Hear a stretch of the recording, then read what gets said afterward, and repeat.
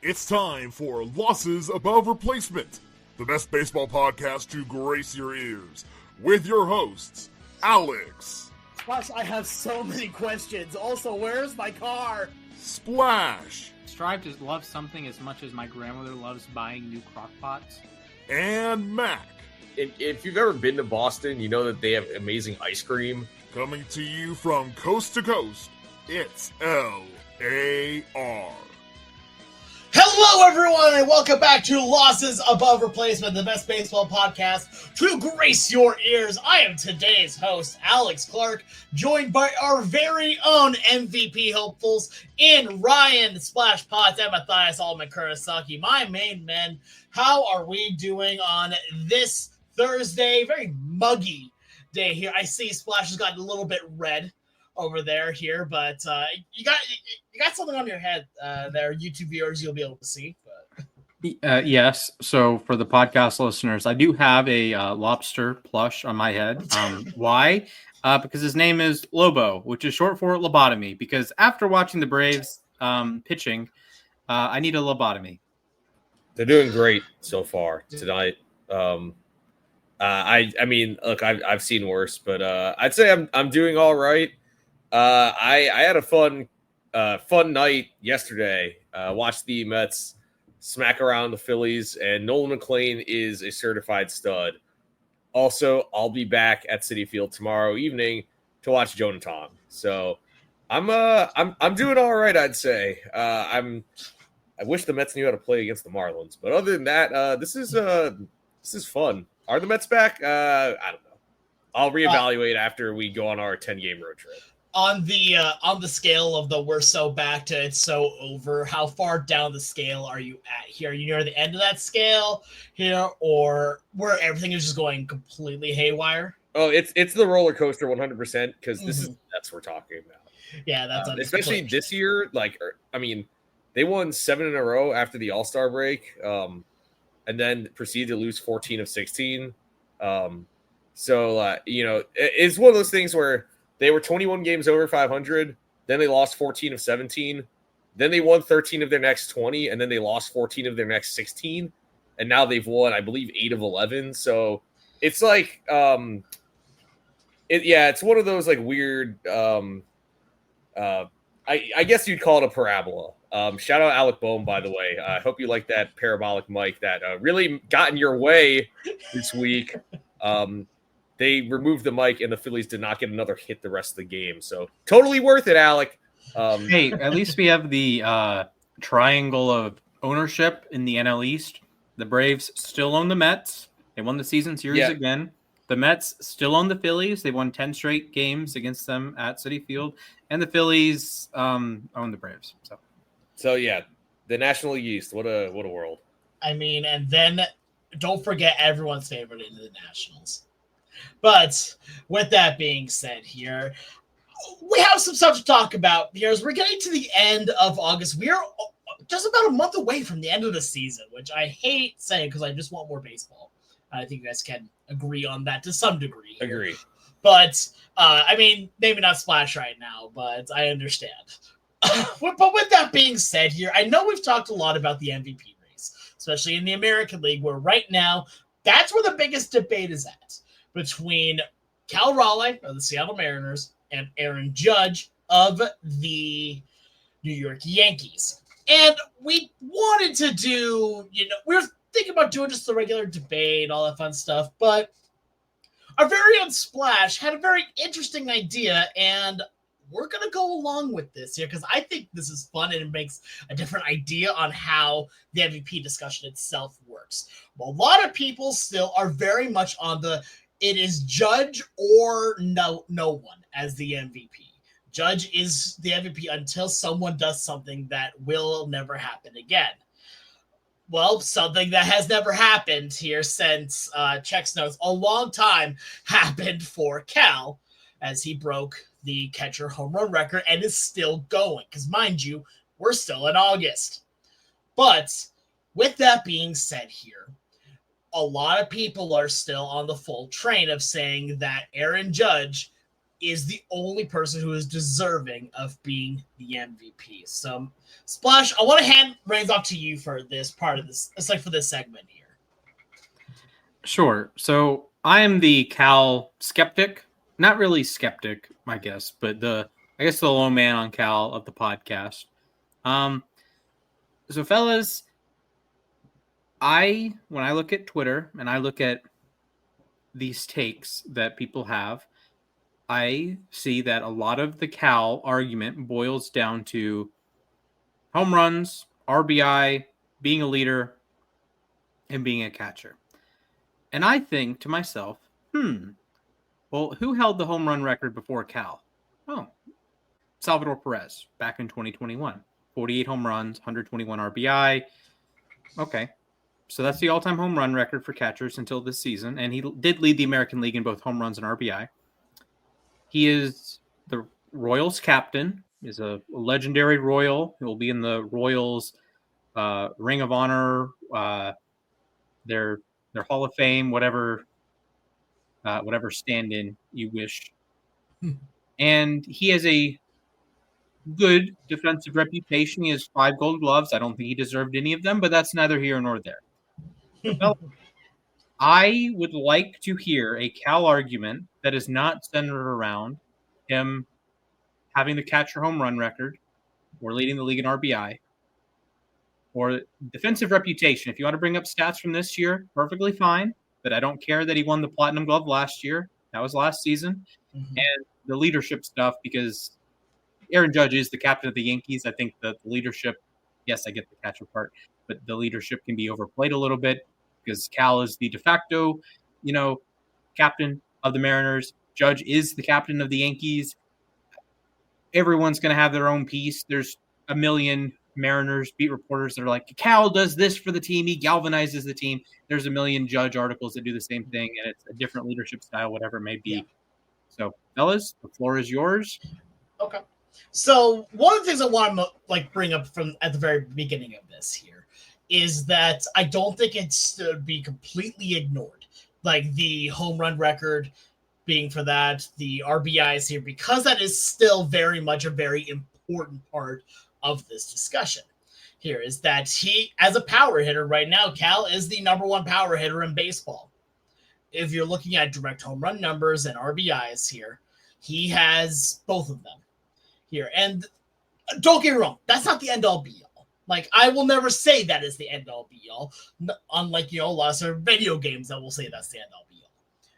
I think overall here that they need to be taken into account here, but also I think that's everything that we've talked about here going up into this year. I agree 100% that you can't just say, by the way, these are the baseball reference numbers as well for WAR, as well as the rest of the season. But I think right now what needs to be fully stated here is that a lot of what is going on here with Cal, a lot of what we've been talking about with him is that the leadership that he has brought has been something that has been very strong for him. But yes, you bring up a great point, Splash. Judge also is a strong leader too. We have seen that he is the captain of one of baseball's most historic franchises. We can't deny that at all either here. I do think, though, that the conversation is a lot closer than a lot of people are willing to give it to. Defensively, yes, Cal Raleigh is not the Platinum Glove he was last year. Is he still pretty darn solid? Yeah, I would say so. Here, I don't have the exact defensive metrics in front of me here, but what I can tell you is my eye test of what I have seen from him. What I have seen from him is strong defensive ability while being able to control and lead a pitching staff here. Am I going to say that Aaron Judge is not there? No. I don't like to just say that framing or catching these was directly off of stat that you're pulling up here. Those aren't the only things I like to look at, but I do want to make sure that they are known. Absolutely. He's still a top 10 catcher defensively. Here, is he absolutely number 1? No. I mean, Patrick Bailey's been insane this year. Like, let's be honest on that one here too. But I do want to bring up that Cal has been doing all this while catching. It's like while catching almost every single day with only a few days of rest here, and has been the most productive offensive player in the game. And I don't feel like that's too hard to say at this point. Do I think that Aaron Judge has been at that level? Yeah, he's been good defensively. I'm not going to say he's not been. But the main thing I want to bring up here, and this is something that can't really be quantified, and that's partial. I'm not going to say that's where the argument falls short at, but it's where things do feel a little bit different because it makes it a lot more of a subjective conversation here. And that is what I like to call the positional hierarchy. Positional hierarchy isn't something that can be truly quantified. It is a mixture of how hard is it to play the position that you play? How much value does that position give you over another position? And war kind of goes into this a little bit, but it depends on which war you're looking at, and the fact that there are multiple wars makes them a bit incomplete on that. And again, a little bit more subjective for my own argument here. There is this point here that you're bringing up here with defensive things are weighted runs above average here. There's a reason why catcher is the hardest. The amount of toll and physical damage that position does on your body is insane. The amount that you have to be able to do that 6 days of the week here. And that's if you decide not to have an off day. And most of the time, even his off days aren't actual off days because then he's DHing. But I go back to that you had just a second ago there, Splash. I would like to bring your attention back down to what was the second to last one there, and that is right field. What position does Judge play? Outfield. Every outfield position is in the bottom four except for first baseman. First base takes the first. I understand. I get that. So here's the thing at this point. It is a subjective feeling of what you can do as a catcher. Here, how you view the catcher position, how much does it help? Because you can also very well make the argument that, not make the argument. You can very easily just say that, if you're a catcher, that automatically makes you better. No. If you take two players that have the exact same stats, and one of them is a catcher, one is a right fielder, the more value-wise is going to go to the catcher, just because that is the harder position to play, and you have three outfielders as opposed to one outfielder. But we can't deny that Aaron Judge has been absolutely insane. The batting average is still over 300. The OPS itself is still over 1,100. OPS plus at over 2,000. 200 here for him.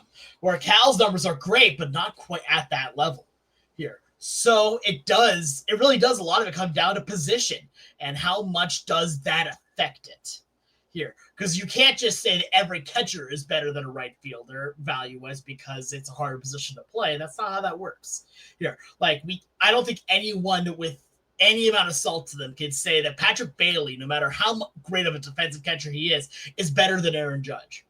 I no disrespect to Patrick Bailey. Of course, this dude is a defensive wizard and I love him. But if you have a choice between the two, it's obvious, right? So that's what I kind of want to keep on here with is that the numbers are close. Yes, you do give a slight nod to Judge here because of the batting average, on-base percentage, slugging, OPS here. Also, make sure you bring it the win probability added has Judge and Raleigh right about at the same here. So it is extraordinarily close between these two players here. I give it to Raleigh because of how close that feeling is. But also, one more thing I want to bring up here, and then I'm going to hand it off to Matt, because I apologize, I've been talking now for 4 straight minutes here. But I like to think of, think about WAR for just a second here. What do the letters stand for? Wins above replacement. Who is Judge's replacement right now? Just shot in the dark. Who is it? This is asking you guys. Please do not subject me to more Giancarlo Stanton in the outfield. Okay. Unfortunately, right now, I am begging. Okay. So, that gives a lot more. That gives a lot more good. Stan's been on a rampage we haven't seen since his Marlins days, but watching him play the outfield, not so much. Yeah, exactly. But at least offensively has been good, right? Here. Now, who is the replacement for Cal Raleigh? It's Mitch Garver. And no disrespect on Garver, not been amazing. Here, defensively has been all right. Offensively, think everything has been better than last year. But that's no disrespect to the man. It's not a high bar. So, Harry Ford, I love him very, very much here, by the way. Yes, I'm bringing him because Splash has brought him up on camera here. But that's another topic for another day. We'll get to that. But eventually. So, again, this is a tough call. I go Raleigh just from my own eye test here, too, and seeing what he has done to propel this team to to potentially winning the division. But I would like to now give Mac time to talk on this. Yeah, I mean, so I'll add on your I mean, first of all, that is great. Hold up. Yeah, please go watch us on YouTube here, Losses of Our Replacement. This graphic is one of the best things that's ever been on our podcast. That includes all of our talking. This is brilliant. It's a collage of Sir Harry Ford. I love it so much. Also, remember the Great Britain jerseys.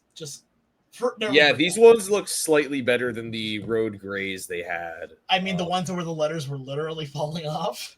Yes, that one. But anyways, I do want to echo some of Alex's points, and I think the big one for me is that catcher is a super demanding position, arguably the most demanding position other than being like a quarterback, I would say, in sports. But he has caught more games than anyone else each of the last 3 years, and that includes this year. But with catchers normally, you don't see when they get a day off, it's normally a straight up full day off. You don't see them in the lineup or anything. But this year, Cal has only missed 3 games all season, and I think it just speaks volumes to the fact that his bat is so good that the Mariners need him in the lineup every single day if possible, unless he directly asks for a day off, or if Dan Wilson just says hey, we're going to give you a rest today, he's going to be in the lineup. He's going to do everything he can. So, I mean, that's the things that, and I know some people will say, all right, well, Judge has some better rate stats, even though he's missed 8 games. And the other thing with Judge is we don't know if he's going to play the field the rest of the year. He has an elbow problem. He hasn't really been able to throw. He's trying to throw right now. If Judge goes back out to the outfield and plays great defense again, it'd be one thing. That's the other thing is that Judge has not really been hitting since the injury. He did go deep in his last game, but in general, since the injury, he has not been himself, I think. And I'll add that while Cal's his batting average may not be super pretty. But, when I know that earlier you mentioned the Salvador Perez 48 homer season. And just for a quick comparison, 158 WRC plus for Cal this year, only a 125 in Salvi's year, which is that's a big difference. And that can be attributed to, Cal's 13% walk rate compared to the 4% from Salvi. And while Cal still strikes out a lot, his strikeout rate has gone down, actually. I think really it goes beyond just being a home run hitter. I think in general he's been more of a complete hitter. And I'll also add that his isolated power of 343 is significantly than what Salvi had. When he set the record, it was 271. So I think just top to bottom, I'm looking at who's made I mean, Judge has made a huge impact on the Yankees, and the Yankees probably wouldn't really be in as great of a position without him. But I mean, I don't know what the Mariners would be without Cal. I mean, he plays nearly every day. He's statistically the best hitter in their lineup. And I'd say he's the most important player on their team. Plus, they're fighting for an AL West crown this year. So I think they both have very compelling cases, but I'm looking at an elite catcher. I know he isn't as elite as last year, but a strong defensive catcher behind the plate who's hitting the bejesus out of the balls. I got to lean Cal here. I think fair points were made all around. I do think it's a toss-up. This is, to me, I think the odds here are fair. These are courtesy of Sports Betting Dime. If you want to bet Judge, you can take him on at BetMGM for -120. If you want to take Cal, you can take him at DraftKings for +100. And this is the kind of thing that'll fluctuate throughout a given day, throughout a given week. If Cal hits another homer, his odds are going to bump up a little bit. If Judge hits another homer, his odds are going to bump up a little bit. I do think the defensive spectrum question is fair, and I think that can get overlooked sometimes. So, like in the National League, this is why I'm still in on PCA. I know I'm all alone on PCA Island right now because he's like 1 for his last 300, according to the troll graphics on Twitter. But I think the defensive spectrum is fair. And yes, of course, a equivalent player at catcher is a better player than an equivalent player in right field. I agree. I do think there is some element of not lapping the field necessarily, but I do think the Aaron Judge of it all is that he is there's such a gap in terms of his hitting stats compared to Cal that there's been at times a 150 point gap in OPS. That is absurd.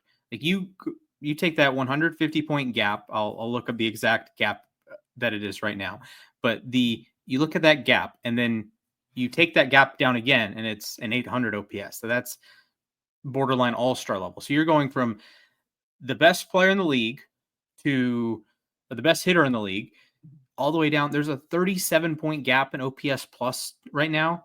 That's the difference between Cal and then being out of the top 10. And the difference in OPS as of right now, where's OPS? The difference in OPS right now is just, I do think it should matter. That there's a 178 point gap in OPS entering play today. That is our 168 point gap in OPS. That is meaningful to me. And yes, some of that you eat into that with the catcher aspect. You eat into that with the solid catcher defense. I've said in the group chat, it's not A level like it was last year. I don't think Cal should win the Gold Glove. Hot take. Probably Alejandro Kirk or probably won't this year. Carlos Narvaez. He's been above average defensively for a catcher. Like I would say, like C11 if we're doing our Power Pros grades. I think Judge has been fine and right, but there's levels to this that I'd take Cal's defense because he's a catcher over Judge's defense as a right fielder. Fine. Added base running value because Cal has stolen some bases. He's been a plus base runner this year. That eats into it. So I think it's close. The 160 some odd point gap in OPS is not the end all be all. And Cal is making up ground, if you will, in that. I do think it's close. I think it's a coin flip, and it's just going to be a matter of who strings together the best month, because Judge has been hot and cold. Both players, honestly, have been hot and cold. Cal feels like every swing is an uppercut trying to launch it into the stands. And, fair enough. That's his game. But if he gets some bad BABIP luck, or there's like a cold week, or the wind's blowing in, or something screwy happens, that can be the difference. And like Judge had a 1100 OPS in July. He had a 1250 OPS in May, a 1280 OPS in April.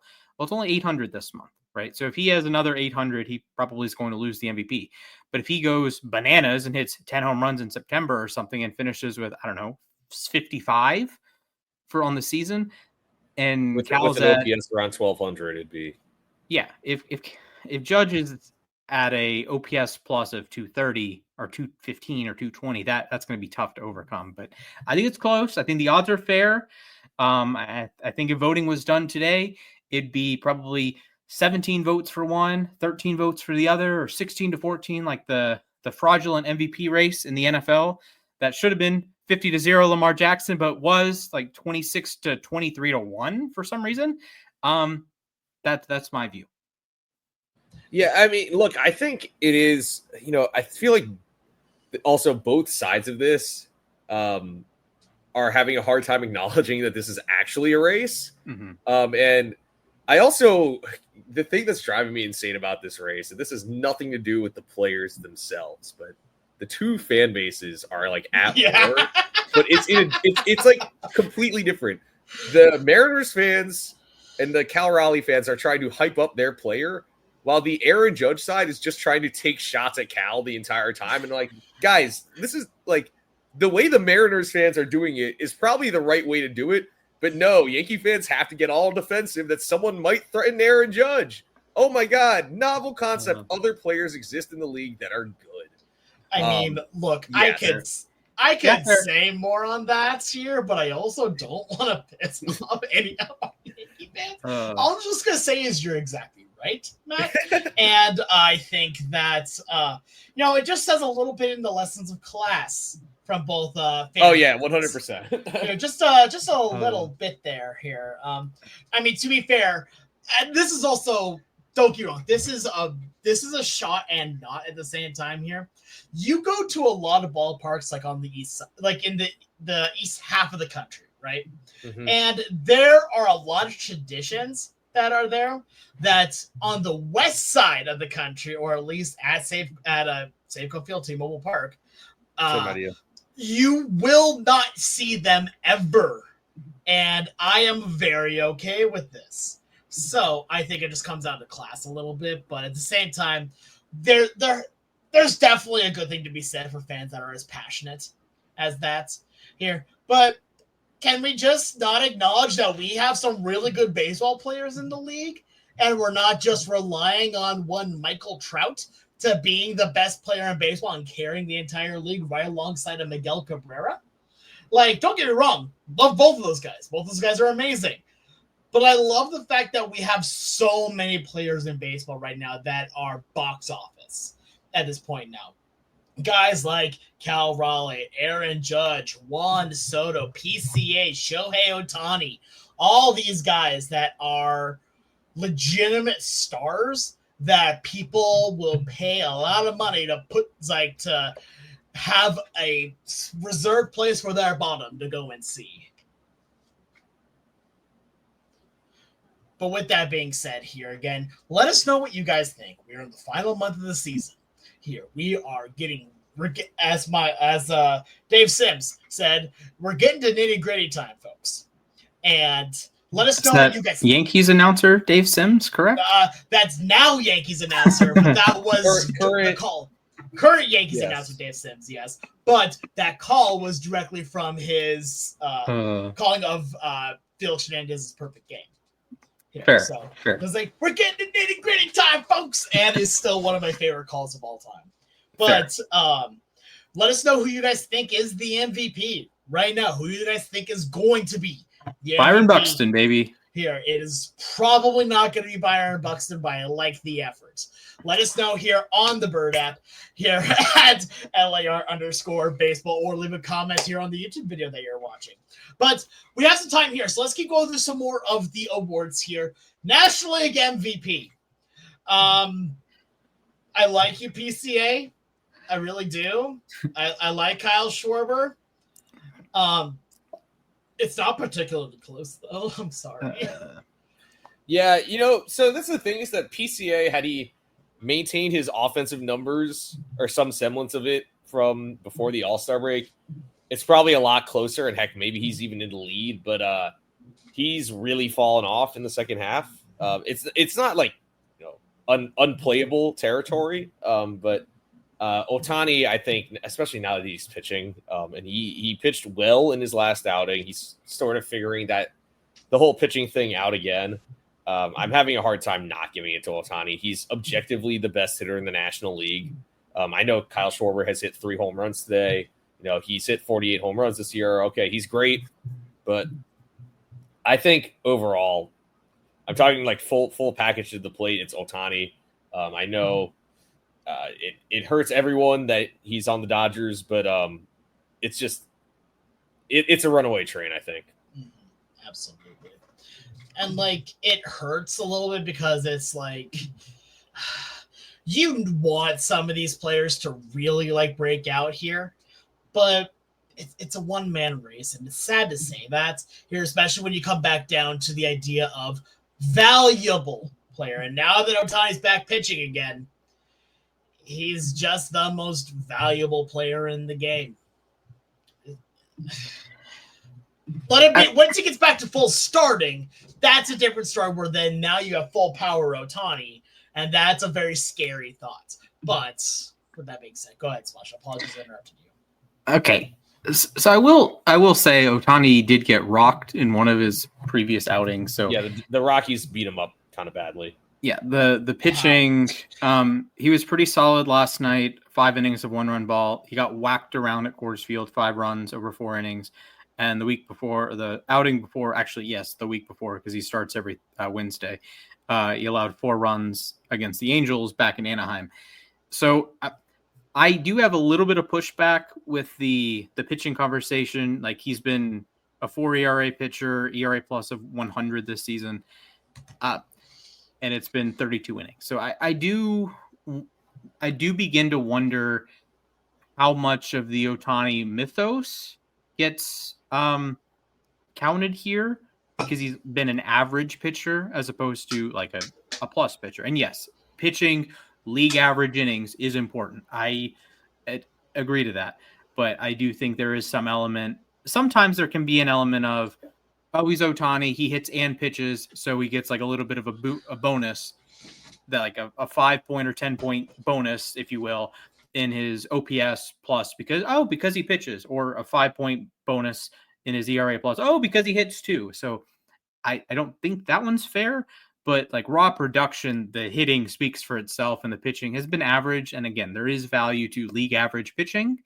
But I do wonder what shape of production, if we're going to get like a 10 war season out of Ohtani, what shape of the 10 war production would be the most likely to win MVP if they were all coalesced together. So I get the MVP argument, of course, and I think he will win it. But I do want to get on my soapbox and preach a little PCA. As Alex said earlier, there's a defensive spectrum. Center field is near the top. It's not shortstop or catcher. Actually, I'm pretty sure it was middle. I'm pretty sure it was middle on the graphic you put up. Because it was the highest of the outfield ones, but all 3 of the outfield positions were at the bottom here. The only one that was below the 3 outfield positions was first base. Okay. That might have been a different. It was on the one you showed earlier. But. Okay, there was one that was offensive production, and one that was the run, like the value in the WAR. So okay. I don't remember which one that's from, but yeah. But center field is generally considered to be at least an average or a slightly above average defensive position. Again, not shortstop. Agreed. And not catcher, but PCA being the best defensive outfielder in baseball, I think matters. And this is one argument for WAR to me, is defense and base running. You can't see all of it. Like, even Cubs fans who watch every single PCA game, you are watching the broadcast angle. You are not watching the jumps that PCA gets, and that is one of the things that makes PCA so special, is the jumps. You know who has the jump data? Big Baseball. MLB.com has it. And I get that some people, you're pushing narratives, and there's data the catch probability doesn't have, and whatever. I get it. It's not a perfect thing, but what I do know is the data, defensive data, is the entire picture. I will watch, I could watch every Cubs game and I don't get all of the data. I could watch every PCA play and I don't get all the data unless I'm looking at a different vantage point, like the all 22 version of baseball.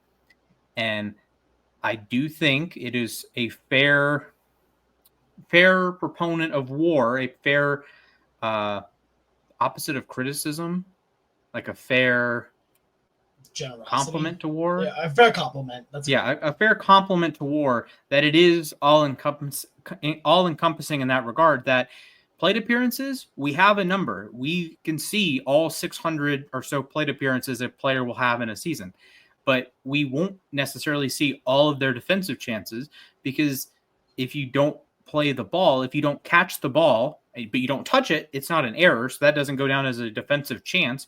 but that's a botched play that if you're watching, it's like, that's a botched play. This is the Nick Castellanos of it all, that Nick Castellanos doesn't make errors, but that doesn't make him a good defender because he doesn't get to balls that other right fielders might get to and might make an error on. I will say he's gotten a lot better, but it's still ugly to watch it.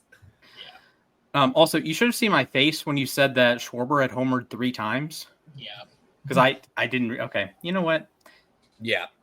So Schwarber's really good at hitting home runs. That's the thing, is that Schwarber, I know that the Mets held him hitless in Flushing this week, but he is a demon offensively. It's a tough thing, because just like he's also purely a DH. And by the way, when we get to the offseason, we're going to have a crazy conversation about what contract that dude's going to get. Because I am petitioning Alex Anthopoulos to just back up the Brinks truck so he can't hurt the Braves anymore. Oh, I've been saying the same thing about David Stearns. So that's my defense. That was also my defense NL for going after Wheeler if Wheeler ever got to free agency. Although that would have blown up in our faces with Aaron Nola, because Aaron Nola, well, today's been okay, I guess, but that would have been blown up. And also, Zach Wheeler out for the year, speedy recovery. Get well soon, pal. But yeah, back to the PCA point. This is a part that we all can go on Baseball Reference or Fangraphs or pick your favorite baseball site, and we can see the stats, and we can see that PCA is not having as good of a season offensively as other players in the league. Yes, all of that is true.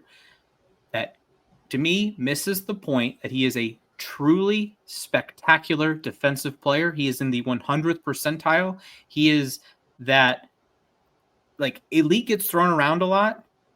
Like we throw around, like with NFL quarterbacks, an 1/8 of the league is considered to be an elite quarterback, right? 4 teams have an elite quarterback.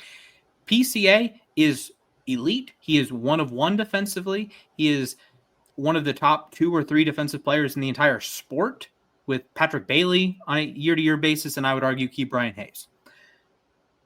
And we can have a shortstop conversation at another point, but there's obviously some great shortstops. Having that level of elite defense does matter, especially in center field, especially at Wrigley with goofy winds, and you have this weird wall situation with the ivy, and it's a really good Cubs team, and every run that PCA saves, I know it doesn't count. I know it doesn't go in the stat sheet as, oh, he saved another run, unless your defensive run saved. That does exist, but that doesn't count in his RBI total. That doesn't count in his runs scored total. But those do matter. Those do track over the course of a season. And there's a reason. I'm going to use the Braves as an example. There's a reason the 90s Braves, you add Andrew Jones to the mix, you're going to win the division year after year after year when you have a defensive wizard like Andrew Jones saving 10, 15, 20, 30 runs a season. Why were the Cardinals so successful when Ozzie Smith is playing shortstop? Well, it helps when he's saving 20, 30 runs a season at shortstop. You look at these great teams, these dynasties in baseball, besides the contemporary Yankees, they have these great defensive pieces that raise the floor of the team, that make it easier to win on a day-by-day basis. Instead of it being a 50-50 game, it's a 52-48 game, because you know their guys are going to go make plays. And I think PCA is on that level of being an all-time elite defensive player. Maybe not all-time yet. It's year 1, but he's tracking to be a spectacular defensive player. Like, he is getting Andrew Jones comps. He's getting Willie Mays comps. And I do generally have pushback there, but he's been a kind of hard to compare anyone to Willie Mays, but yeah. Yeah, fair enough. But I mean, look, I'll say this PCA much. argument. I would vote for Ohtani, but PCA would be higher in my ballot than I think the average. Yeah, no, and I think PCA for me is probably second or third. All right. And somewhere in there you have to fit in Schwarber. You probably have to fit in Soto somewhere. There are like a number of guys. I feel like it's tougher because the National League race just, and I hate saying this, but it's not as competitive. Really, it's not. Yeah. But what's it called? But PCA, while his bat is sort of lagged in the second half, it's still night and day compared to what we saw his first 2 years in the majors. I mean, really, I came into this year not expecting him to turn into like a star with the bat.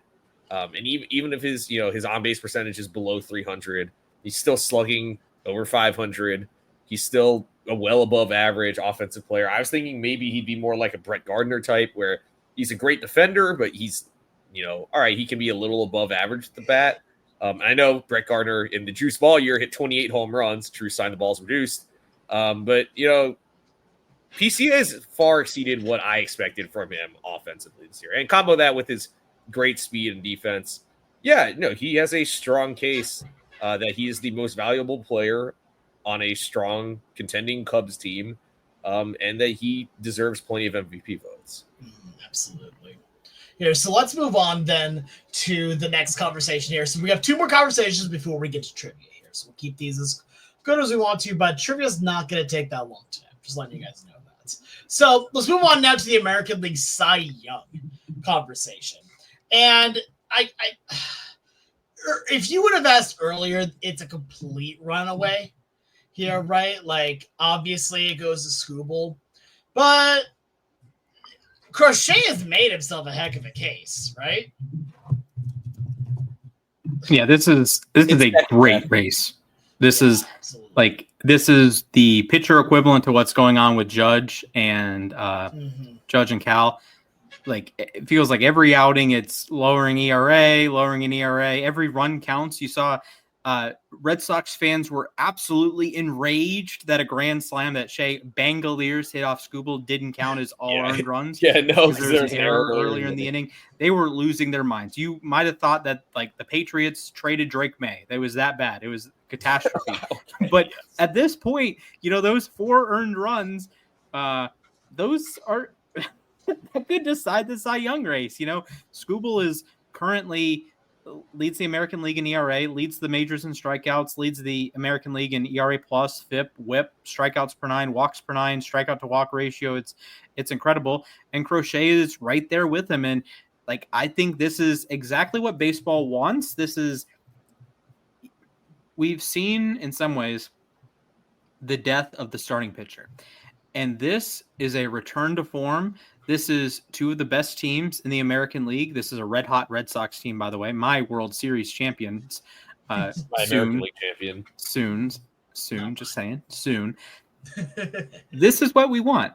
Like, the ace of a Tigers team that has been excellent this season. The ace of the Boston freaking Red Sox. Yes. Inject it into my veins. This is lovely. And you can make the argument. There's one... Crochet has recorded 1 more out. He has allowed 2 more earned runs. Like I said, those earned runs from the Shea Langoliers homer, those could matter. The ERA plus, very similar. The FIP is very similar. The WHIP, there's a bit of a difference here. Skubal allows a hit fewer per 9 and about a walk fewer per 9. But, man, these are just remarkably similar numbers across the board. Skubal's probably a smidge better, the 50 OPS plus allowed versus a 67 OPS plus allowed. But these are like very, very similar. A couple extra stolen bases allowed for Crochet. They both have 17 quality starts. That's the exact same percentage. Their average game scores within 2 points of each other. They both strike guys out at a 30% clip. They're both above average in reducing walks. They both pitch deep into games generally. They're over 90 pitches per average start. This is a great battle. This is exactly what you want. Yeah, and really, I got to credit Crochet here a lot. I mean, personally, I'm leaning Skubal a little bit. It looks like, he has a compelling case to win his 2nd straight Cy Young. But you look at Crochet, and Crochet to me, like I've said this before, and I'll say I'm dead wrong. I thought he was just going to be a reliever in his career. And last year we saw the White Sox were really careful with him down the stretch. And now he's out here. He's 166 in the 3rd innings. Leads the American League by 1 out. If you had told me Garrett Crochet was leading the American League in innings pitched back in 2021 or even 2022 or 2023, I would have said absolutely no chance there. So Crochet has turned into a complete pitcher. More than just a thrower, which I mean, hats off to him. And Skubal was a demon last year. He's a demon again this year. I really can't say much more about these 2 guys. Shout out Nathan Eovaldi. That hurt my soul when I heard he went on the IL. He was having the best year of his career. And he would have been in this conversation too, I think. And I'd also like to shout out Hunter Brown. He's also having an excellent season. But I think Scooble has a slight edge. But again, this is going to be a race that will go down to the wire. Absolutely. Yeah, I was just because I want to make sure he gets said here. Brian Wu has done absolutely incredible this year. And I mean, 25 straight starts of 6 innings or more? Like, that's incredible. The dude has had one heck of a year. Not bad for a failed college starter. So, love to see it here. I mean, of the top names, though, I think I still go Scooble for right now, but the last month is going to dictate a lot when it comes to this race. By the way, I also quickly want to shout out Jacob deGrom, making a comeback at age 37. Dude, I didn't think we'd see this again, but he's been a top 5 pitcher in the American League, I think. He's been solid, definitely. All right, let's move on to the NL Cy Young, and much like the NL MVP, not a whole lot of competition. Yeah, this is a runaway train. Unfortunately, Zach Wheeler's out for the year. I think he would have been a solid runner-up probably, or maybe if he really blew everyone away down the stretch, he could have stolen the award away, but it's the Skeens award to lose. Christopher Sanchez has been good. The Mets hit him around on Monday night. He even kicked a trash can. That's how mad he was. Shout out to Freddie Peralta. Shout out to the having a great Astros year. What's up? Shout out to the Astros. Oh, yeah. Yeah, Good exactly. one. But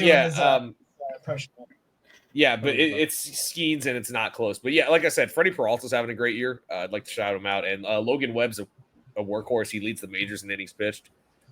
So yeah, shout out to those guys. But Skeens might win this award with a losing record. But yeah, this he's must-see TV. Every time Paul Skeens is pitching, I feel like I need to make time to watch. Absolutely. There's a reason why I made sure I spent money to make sure that when Skeens pitched in Seattle that I went and I watched. I missed him by a day in New York. Yeah. I missed when I was in Colorado last year, there was a chance that Skeen was going to pitch against the Rockies. And I'm like, yes, I'm going to buy a ticket to make sure this happens here.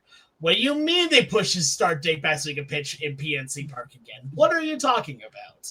And that was very sad. So getting to see it pitch live, and he pitched fantastically until he was taken out of the game. And then the first batter gives up a home run, and the final score of the game goes 1-0. But that's just how it be for Skeens. I don't think it's particularly close. There's been a lot of great years here. Skeens is just in a different ballpark, just in a different league. I am sad that there wasn't more of a race here. And this is sort of like the advanced version of my Aaron Judge take, that it really sucks that he got hurt and we missed out on like some greatness. Chris Sale was having like basically the exact same season. He had a couple bad starts early on and then he gets hurt and it's like, he's been terrific. He had a 2.52 ERA, was striking 11.5 guys out per 9. Spencer Schwellenbach had really rounded into form. And then, of course, you have the Zach Wheeler of it all. It just is a bummer. Like, yes, Skeens is probably going to win the Cy Young, fully deserving. But it is a bummer that it's not more of a race.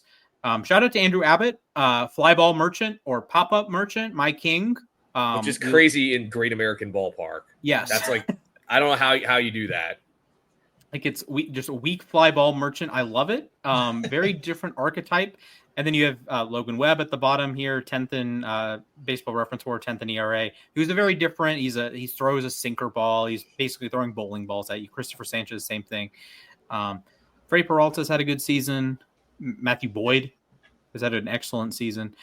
Nick Pivetta, really savvy signing for San Diego. But yeah, it's Skeens. It's Skeens in a landslide, and it is a little unfortunate that it is such a landslide. Absolutely. But the American League makes up for it both in the MVP race and the Cy Young race. It's a lot more fun in the American Leagues, coming from the American League fan amongst the three of us. Now the Rookie of the Year race. That's number one. Unfortunately, we don't have time for that. We can maybe talk about that next week. Darn. All right.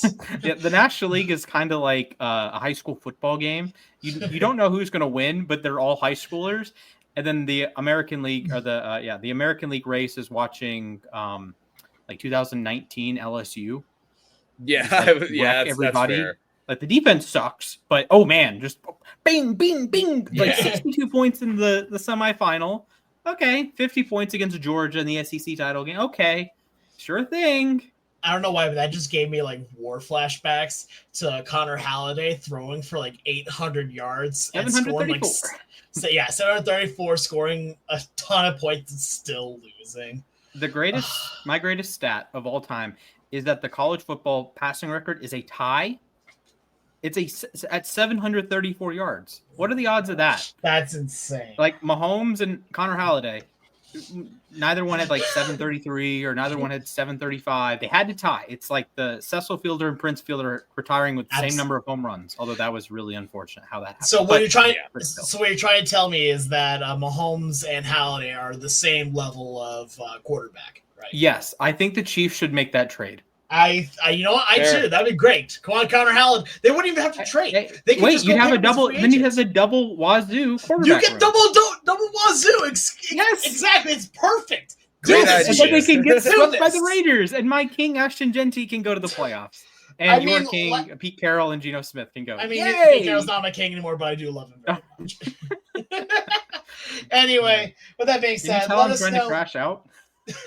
Let us know who you guys think is are the MVPs in these conversations. So let us know who is your Cy Young Award picks here on the Bird app or on YouTube. But now it's time for trivia, and today I'm hosting it in a game that I came up quite literally 5 minutes before we recorded here. So if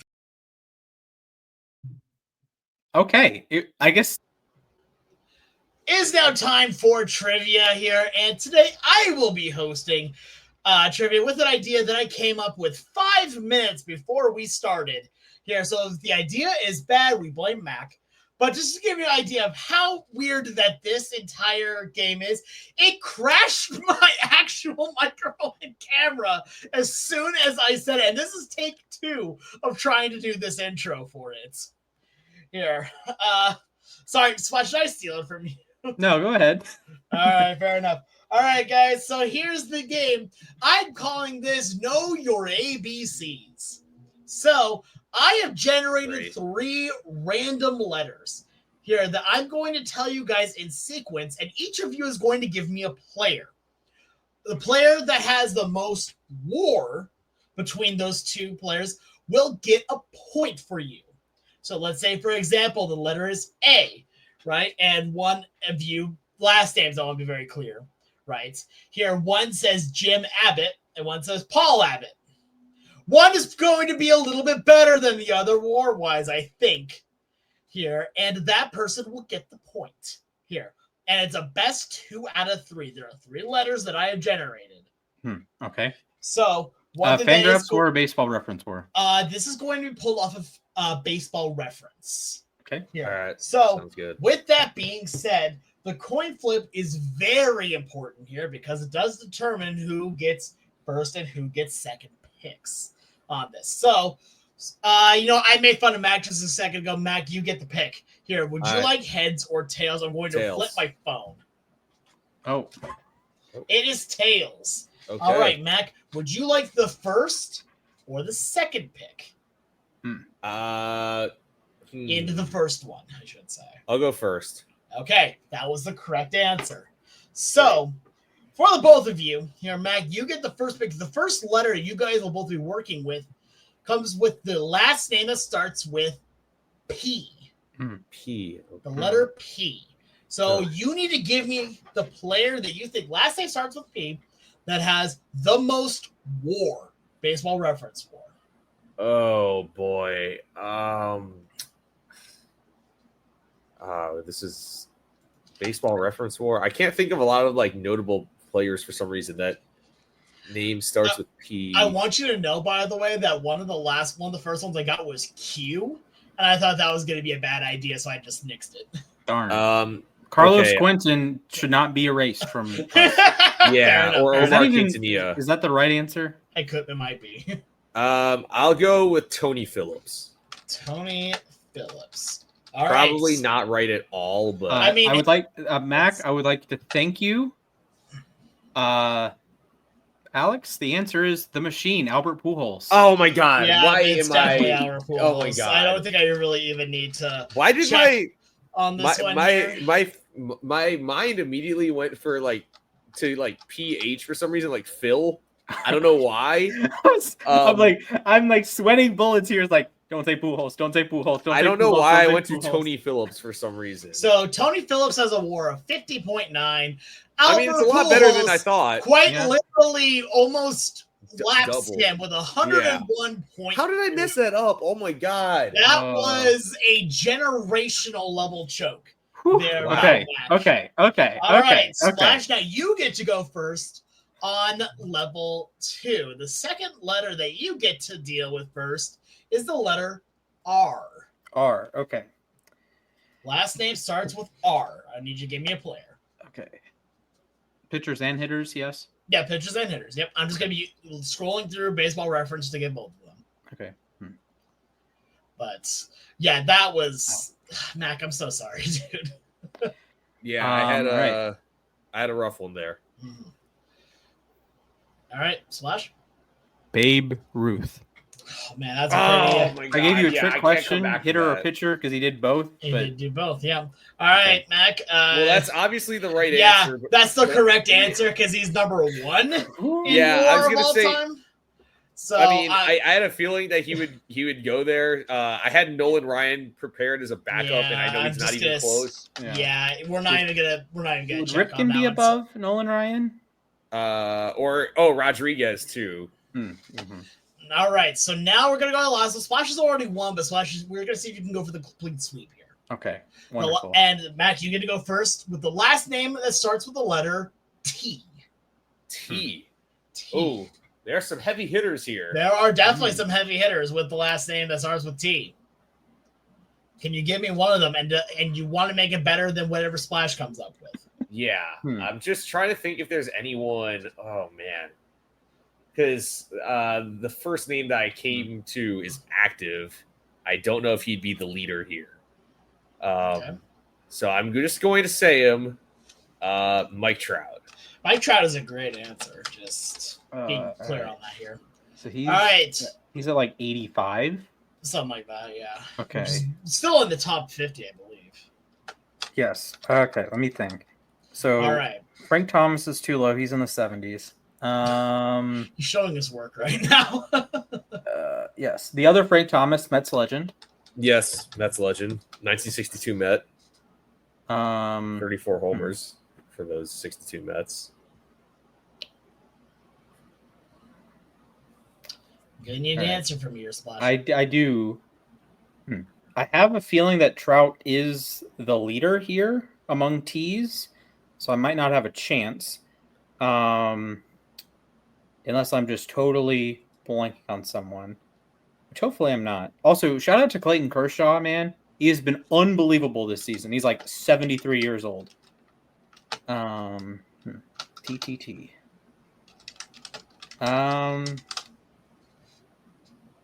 Yeah, I'm gonna say that Trout is the leader. So I don't have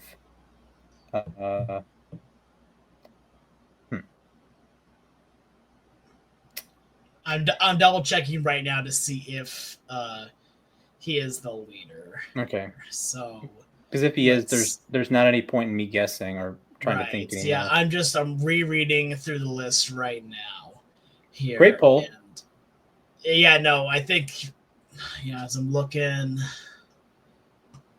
Yeah, no. As far as I can tell, there is no player with the last name that starts with T that is higher than Michael Trout. Great poll. That's a great poll there. Frank Thomas second.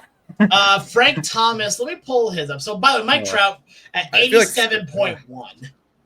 I feel like Alan Trammell might be higher than he's up there. Frank. Yeah. So Frank Thomas, both around Big 70. Hurt 73.8. So pretty close.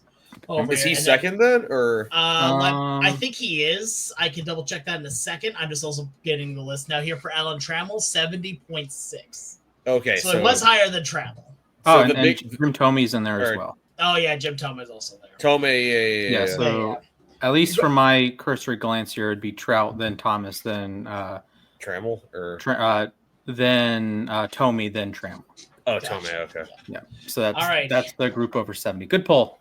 So Splash, you are our winner today in trivia. Congratulations. You are the first winner of Know Your ABCs. Hey, by the way, guys, Kyle Schwarber hit another homer. 4 now? On. Is that 4? Jeez. That's the third 4-homer game of the year. We went 8 years. Wait a minute. Oh, yes, Suarez. Okay. I forgot I forgot that game happened. We went 8 years without one and then just got 3. And we had 2 in 2017, right? It was Jeanette and Martinez. Yes. Something like that, yeah. Anyway, with that being said, I guess we're going to take a brief moment away from Kyle Schwarber hitting absolute nukes. I'm going to crash out so hard. Today is like one of the worst days I can remember. The Braves are losing in Philadelphia 18-4, and Kyle Schwarber has 9 RBI, and Boise State is getting their pants blown off in Tampa. I'm actually doing pretty good. Yesterday, I had a really good day. I am on mega crash out alert. Well, you know what? Hey, you might have time to talk about it because now it's time for the moment to ourselves. We can talk about anything that's on our mind. It does not have to be baseball related, but it absolutely can be. Gentlemen, would either of you like to go first? If not, I can go. I can go first. All right, Splash. You will start off. Your time begins in 3, 2, 1, go. Brother in Christ. Okay, first of all, how do you Cal Quantrill? Honestly, man, this Brave season has been so tiring and taxing that it's like for the first half it was like the pitching is good and you've Schwellenbach and Sale and Grant Holmes but the offense wouldn't do anything. And now since the All-Star break, the offense has been really good. Like Jurickson Profar is hitting the ball so far. Ozzy Albies looks like he's fully recovered from his wrist injury. You know, Ronald is Ronald. Matt Olson's hitting homers again. No Riley, unfortunately. Michael Harris. Oh my God, Michael Harris has been a revelation.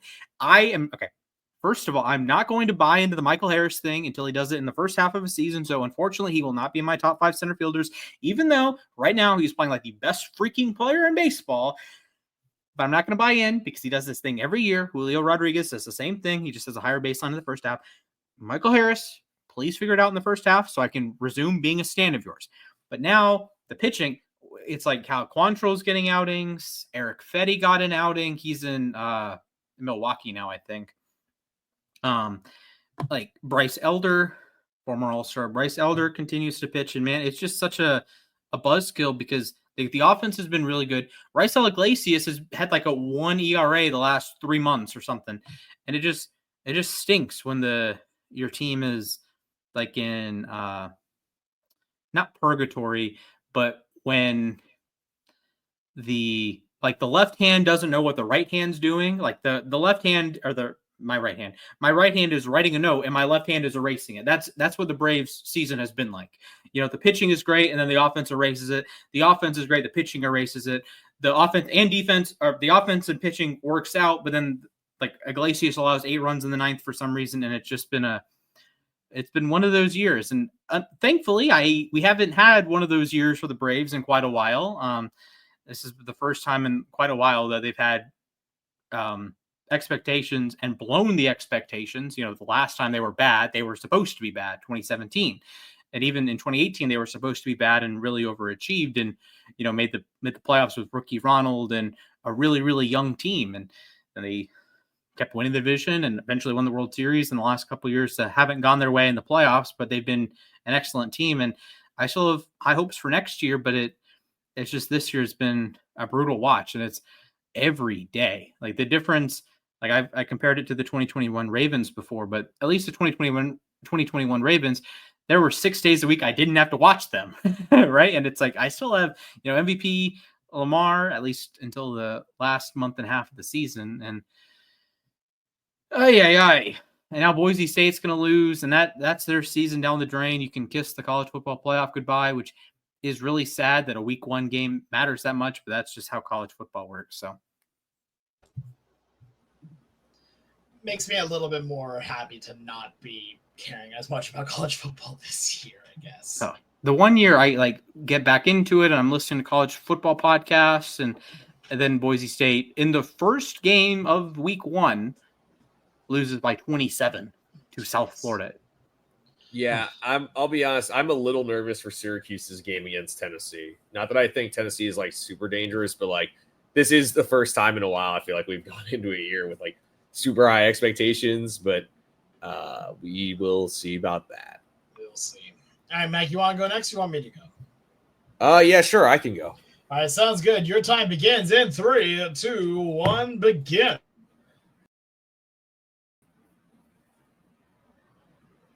So I just wanted to shout out Nolan McLean. I didn't go in depth on him during our awards talk, but this is really, really fun to watch. This is a guy who was a two-way player in college, tried being a two-way player in the pros. Now he's focusing solely on pitching. And, people were wondering, he's jumped from AA to the majors this year. He was in AAA for a bit.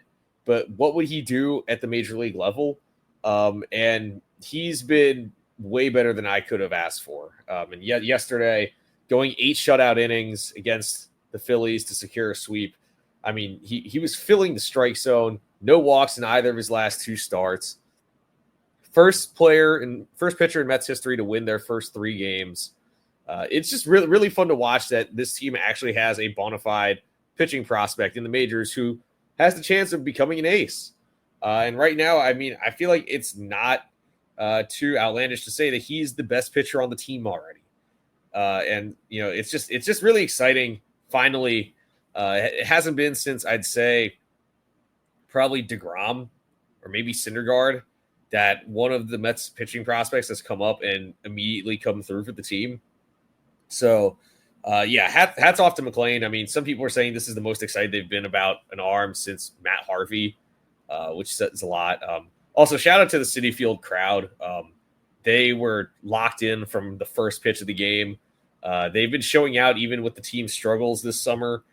So it's been really fun. I know Steve Cohen put a heavy emphasis on improving team attendance this year, and they are in the top 5 in attendance. So shout out to them. And looking forward to whatever comes these last 5 weeks or so. Yeah, I watched McLean's debut against Seattle.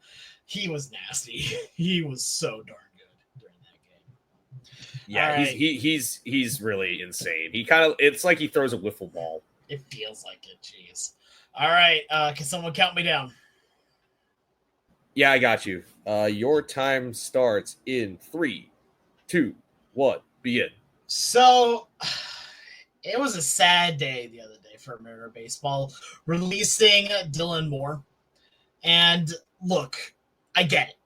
I get why it happened. I understand that he needed to go. Does it hurt still as hell? Yeah, it does. This man has given so many incredible experiences for the team. I will never forget the grand slam against the Astros, the multiple walk-off hits, one of my personal favorite ones, and this one kind of gets put under the radar a little bit, it was that in Felix Hernandez's final game, he was in left field for that and made one of the best defensive catches I've ever seen from an outfielder. And I was close enough to it that I could see like the mark in the grass where he pushed off with his feet and basically made a divot in the ground here with that push off here because he just had so much power running for the ball and he made one of the greatest plays. And a lot of people told me or asking me, why was it not Solano? Why is Dylan Moore? Why was Dylan Moore gone? And I have to be honest, right? I have to be honest with myself. I took a look specifically at his stats here in 2025 because right now the team is competing for a championship. This team is trying to win. And you take a look at some of these stats, and it's honestly, it's sad. Because in April, the month of April, 68 at-bats had 18 hits. Bagged 286. Solid. Not incredible, but solid. But an OPS of 930, which was amazing. 6 home runs in that month. He was lighting the world on fire. May started to cool off a little bit. 14 hits, couple home runs. Still drove in 7 runs. Took 5 walks. Had an OPS just under 700. So not the best, but definitely not horrid. What I'm about to say is something that hurts me to say, just in general. June, the entirety of the month of June, one hit. One hit. The entirety of the month of July, one hit. The entirety of the month of August, you guessed it, one hit. If you have an OPS, that is under 200 for a month, not a batting average, not a slugging, not an OBP, an OPS that is lower than 200 for a month, what are you doing? And I hate it because Dylan Moore knows like that he was struggling too. Demo knew that this was going, and he was beating himself up more than the fans were. And the fans, look, I'm not going to say anything good about y'all either because there was a lot of bad things being hurled at that man that he did not deserve. I will always remember and I always love Dylan Moore for the things he did give Seattle. He gave years of incredible play here where he was a Gold Glove winner, a defensive Mark McLemore level defensive player here, playing everywhere he needed to be, played every position, even learned how to play first just to be more usable. And I'm sure if you asked him to play catcher nicely, I'm pretty sure he'd say yeah. Even to pitch if you really needed him to. And it really hurt to see him go. Like, I understand he was struggling. That doesn't take away the pain of what it felt like, especially even more so knowing that it was the right move. So just, I want to. And it honestly hurts to see him go. And so while it might be a little cheesy, I guess, he was one of my favorites. Just the way he played the game was so much fun. Him stealing bases was incredible. I just want to give him, like, it's not, I know it's not a candle and I know it's not an actual lighter here, but just a little bit of a vigil for my man. Like, it sucks to see him go. I hope he catches on with the Rangers, but thank you to Dylan Moore.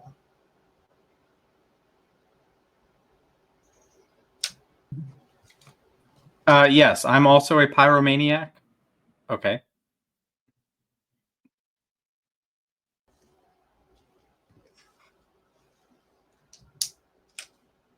I am also a pyromaniac there, Alex. I want to watch something burn.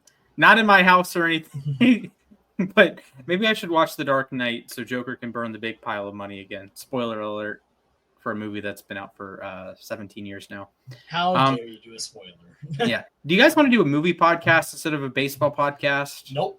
Oh. I don't watch enough movies to do that. Darn. All right, but you know what we do a lot of here? We make a lot of content. We make a lot of podcasts for you once a week here. You can go follow all of them on Twitter here. We post every one of our podcasts there because we record for Spotify. It goes on to a bunch of other places, including YouTube. Hey, you can go follow us on Spotify here, Losses Above Replacement, and go give us a subscribe on YouTube. Here, Losses Above Replacement. You can like the video, make sure you subscribe, and click the little bell for notifications whenever we post our content here. You can also go follow us all individually on Twitter. You can go follow me at the Sports Guy 242. You can go follow Mac at Mathias_A_K, and you can go follow Splash at Mr. Splashman19. But from all of us here at Losses Above Replacement, thank you so much for your time today. Stay safe, and I hope to see you all real soon.